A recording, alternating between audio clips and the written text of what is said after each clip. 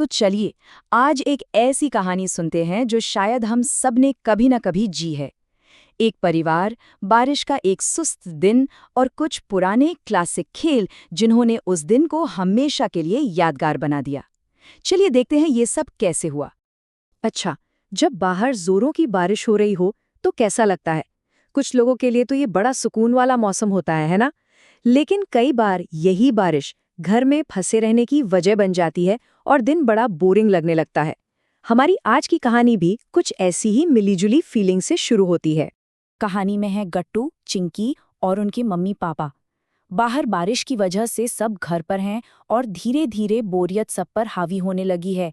ये एक बहुत ही जानी पहचानी सिचुएशन है, नहीं? शुरुआत तो बड़ी अच्छी हुई थी। बाहर झमाझम बारिश, मम्मी के हाथ के गर्मा गर्म पकौड़े और चाय, और सब एक साथ बैठकर टीवी देख रहे थे। सुनने में तो एकदम परफेक्ट दिन लग रहा है ना? पर ये शुरुआती मजा ज्यादा देर टिका नहीं। चाय पकोड़े खत्म और गट्टू चिंकी की बेचैनी शुरू। अब टीवी में भी मन नहीं लग रहा था और बाहर तो जा ही नहीं सकते थे। बस सबके दिमाग में एक ही सवाल घूम रहा था, अब करें तो क्या करें? और यही कहानी में आता है एक मजेदार मोड़।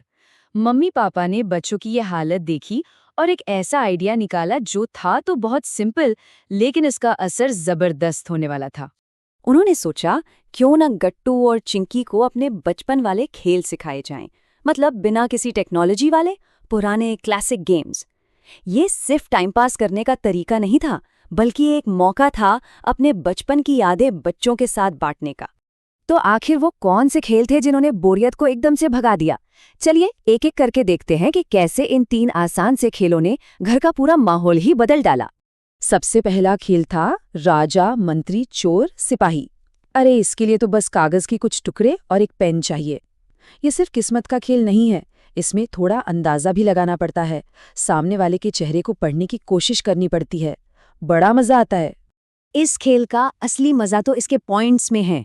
राजा को मिलते हैं पूरे 1000 पॉइंट्स, मंत्री को 500, सिपाही को 250 और बेचारे चोर को 0।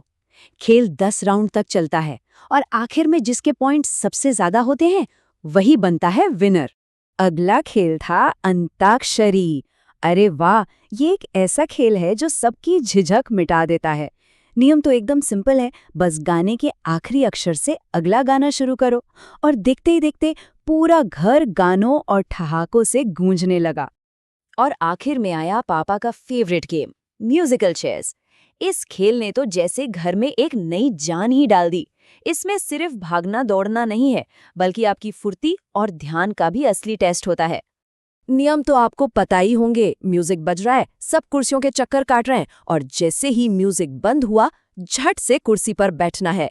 हर राउंड में एक कुर्सी कम, एक खिलाड़ी बाहर, और इसी से मजा और बढ़ता जाता है।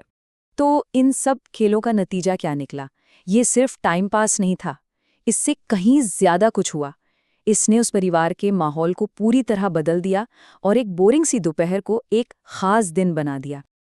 ये बदलाव कमाल का था। सोचिए, कहाँ पहले सिर्फ बोरियत थी, टीवी की आवाज थी, और कहाँ अब घर में हंसी मजाक और डांस हो रहा था।